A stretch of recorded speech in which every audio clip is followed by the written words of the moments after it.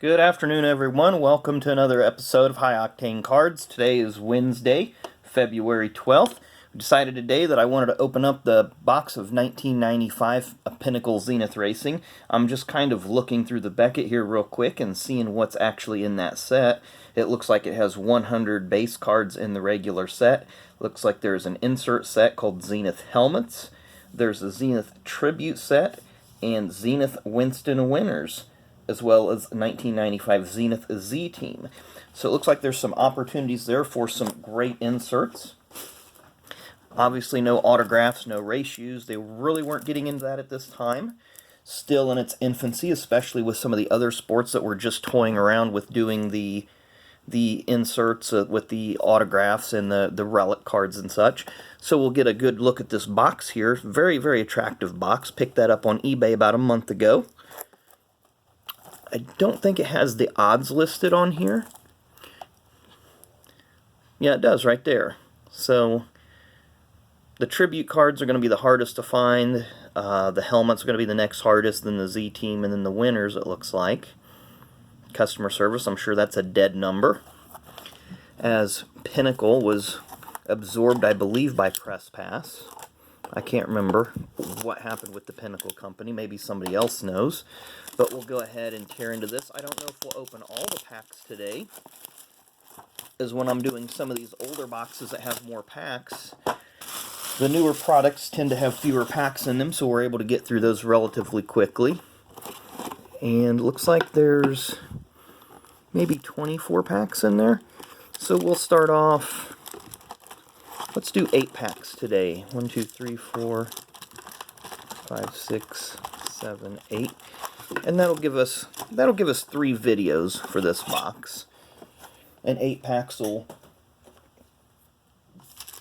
be a fair amount. That seems to be about the amount that we have in a typical blaster box, or sometimes some of the higher end hobby boxes that we get today. And it's been a long time since I've opened any of these. Zenith was one of the highest end sets back in the day. We start off with Kenny Wallace, who was driving for Philmar Racing in the Busch series at the time, I believe. Let's see what the backs of these look like. So you see card number 59, Kenny Wallace. Gives a little bit of information. 1996, I believe that team, or 1997, that team did go to the Cup Series. Bobby Hamilton, driving for Richard Petty. We have checklist here with Jeff Gordon. Of course, Jeff drove for Ray Evernham was his crew chief. Rick Hendrick, of course, the car owner. Then we have Mark Martin, driver of the Valvoline Roush Racing Ford number 6. Bill Elliott, who is a co-owner with Charles Hardy in the Elliott Hardy Racing team, number 94. Of course, he picked number 94. His nephew Casey passed away of cancer in 1993, I believe it was. Maybe early 94. But 94 was Casey's number growing up, and Bill wanted to honor Casey with that number. And Smokin' Joe's Racing, number 23. So 1995, this would have been Jimmy Spencer's ride. The Smokin' Joe's team, of course, was owned by Travis Carter, who was a legendary crew chief. He was crew chief, I believe, back with Cale Yarborough's days back in Junior Johnson in the 70s. Hut Strickland, who took over Kenny Bernstein's Quaker State Fords from Steve Kinzer in the early part of 95. Another Jeff Gordon, Championship Quest. These are nice cards. I really like these. You see a little bit of info about Jeff from his 95 season. And then we have Corey McClanathan, who was one of the Joe Gibbs drag racing drivers back in the day. And of course, Joe Gibbs, there you see him. Another Mean Rides, Rusty Wallace, Penske Racing South. This was the second year that they were racing Fords. They switched to Fords from Pontiac in 1994. There's Jimmy Spencer, Mr. Excitement, driver of the Smokin' Joe's number 23 Ford for Travis Carter. And Dick Trickle, who in 1995 drove for Bud Moore's Quality Care Ford team.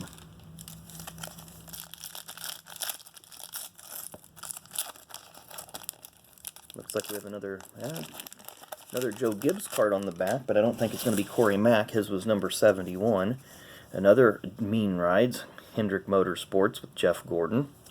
And back in this time, a lot of the card companies were they did the driver cards, they did the car cards, owners, crew chiefs, and then another element they started throwing in was the rigs, because a lot of the fans like watching the hauler parades when they come into town. They have one every year at the Brickyard.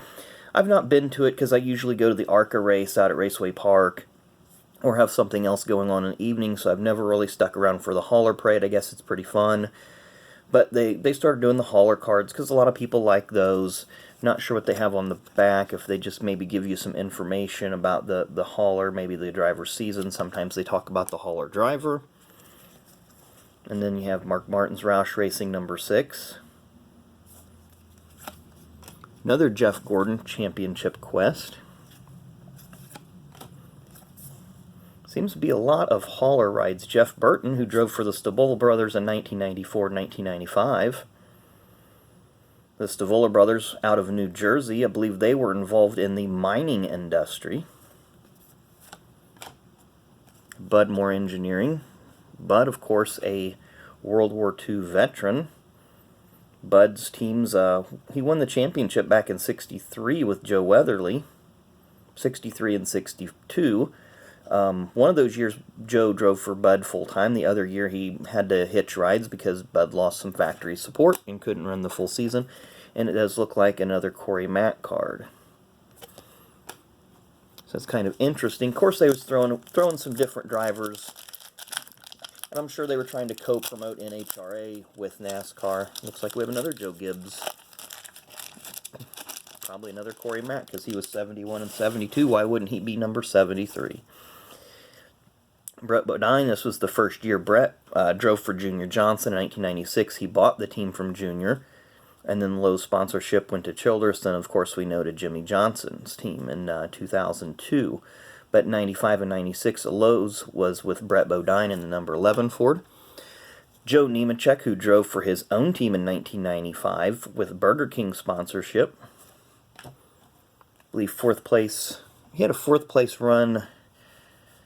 I can't remember if it was Dover. I know in his rookie year he had a fourth place run at Pocono in '94 driving for Larry Hedrick. I know he had one top 5 in '95, but I can't remember right off the top of my head where it was at. End of the day, Bobby Labonte, his first year driving for Coach Gibbs. Ricky Craven, who was Rookie of the Year '95 driving for Larry Hedrick. Ken Schrader, who drove for Rick Hendrick. Budweiser was his sponsor. That's why it's been photoshopped out, or whatever you want to call it. Airbrushed out, I guess. They didn't allow many of the alcohol or some of the tobacco sponsorships at the time. And we have Jim Yates, who was Joe Gibbs' Pro Stock driver in 1995 in the NHRA series. Halfway through our little stack that we decided to pick out today. Like I say, I've got, I believe, 16 more packs, so we'll do some openings every day on these. Jeff Gordon, we had a Hendrick hauler earlier. Here's another Jeff Gordon hauler. You kind of peek behind there. We have a Championship Quest Jeff Gordon. These have all been base set cards so far. Maybe I'll try to put the set together. We have Steve Grissom, who drove for Diamond Ridge Racing. His car owner was Gary Bechtel. And the Bechtel family, they had some interests in the mining industry at that time as well. John Andretti, who recently just passed away, rest in peace, John. John drove for Cranefus Haas Racing in 1995. Michael Cranefus, and Carl Haas, not Gene Haas of Stuart Haas Racing, but Carl Haas of IndyCar fame was the car owners. Michael Cranefus, who was former director of Ford's motorsports operations, but they joined forces and started it was a fairly nice team. Had a little success. Then you have Championship Quest with Jeff Gordon, and we have a Winston winner, finally our first insert of Sterling Marlin. This was his third career victory. This race may be on YouTube. It's a very interesting race. There was a lot of crashes. Just kind of a footnote, it was the last Cup Series race of Steve Kinser's career.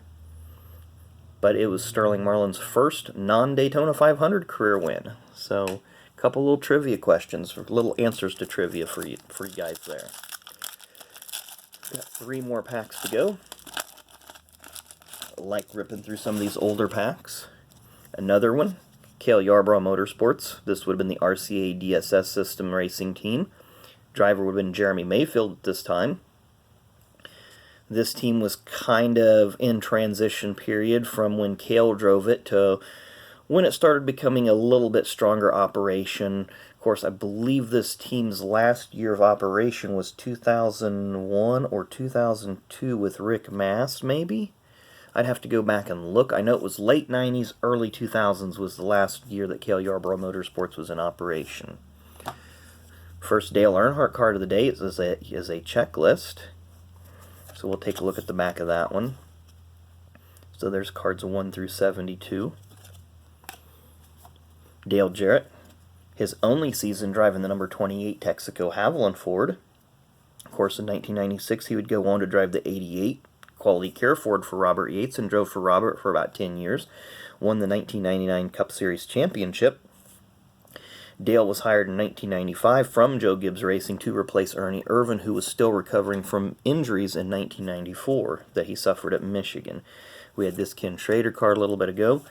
Morgan McClure Motorsports, the Kodak, famous Kodak racing team. This was Sterling Marlin's ride this year. And Ricky Rudd, who drove his self-owned Tide Fords, numbered 10. So Ricky was a driver who had a run of 16 consecutive years of winning at least one race. That stretched from 1983 to 1998. He went winless in 1999. So we have another Jim Yates card, probably number 75 maybe. Joe Gibbs on the back, 74. So Jim Yates, of course, was Joe Gibbs' pro stock driver in the NHRA series that time. Rudd Performance Motorsports, we just had a card of Ricky, so there you see his hauler with the picture of his car on it. Hot Guns, Kenny Wallace. That does have the Winston Cup logo on there, so I guess the TIC financial team with Philmar Racing was in the Cup Series at this time. Hot Guns, Jeff Gordon. Like that diamond plate looking background. It's flat surface, so it doesn't have the feel. It looks like we have a couple of hauler cards again. Hendrick Motorsports, this is Terry Labonte. And there's Dale Jarrett's car on the hauler for Robert Yates Racing. And we're down to our last pack of the day. Last pack. And looks like Brett Bodine's on the back of this pack. So we have Derek Cope, who drove for Bobby Allison's team. He drove the Straight Arrow Mane and Tail shampoo. So it was a very unique sponsorship. Very colorful car. Derek had 2 top 5s in 1995. Excuse me. Bobby Labonte, who got his first career win in 1995. He had 3 career wins that year. The first win came in the Coke 600, his first career wins, and then he won both of the races at Charlotte in 1995. Looks like we have an end of the day, not an insert, just a subset card, so it's a set within the set of Jeff Gordon. Let's see what the back of that looks like. Looks like it just has a part of the uniform back and a little bit more information about Jeff there. Rick Mast, who drove for Richard Jackson of the Jackson Brothers, car number 1, the Skull Racing Ford. They switched to Fords from Oldsmobiles in 1993. Terry Labonte, the 1984 and 96 Cup Series champion. And as we've seen, Brett Bodine was on the back of that pack. End of the day, Brett looking a little bit perplexed there, maybe wondering why Lowe's is going to sponsor Jimmy Johnson down the road instead of him. But at any rate, that's a nice little stack of cards that we've went through. We did get the one Sterling Marlin Winston Winners insert card. Nice little picture there. Sterling holding his Trans-South 400 trophy from 1995. Again, when we get to 100 subs, we'll be doing a giveaway on one of the 3 cards. Be your choice, whoever wins. Still haven't determined how we're going to do that drawing or how we're gonna figure it out, but we'll get there. but you'll either get the choice of the Tony Stewart rookie from 1998 VIP, the 1989 Donruss, Ken Griffey Jr. rated rookie, or the 2016 Topps Heritage Braun Strowman 1986 throwback rookie card. So, and you kind of see those cards are sitting in the background. I'm just going to leave them up there. No point of bringing them to the camera every time. So, but I appreciate every guys, all of you out there watching. Hope you enjoy the rest of your Wednesday. Have a good week. Hopefully we'll be back with a video in the next day or two to open the next stack of packs from the 1995 Zenith. So hit that like button, hit that subscribe button, and we'll see you next time. Everybody have a great day. Thanks.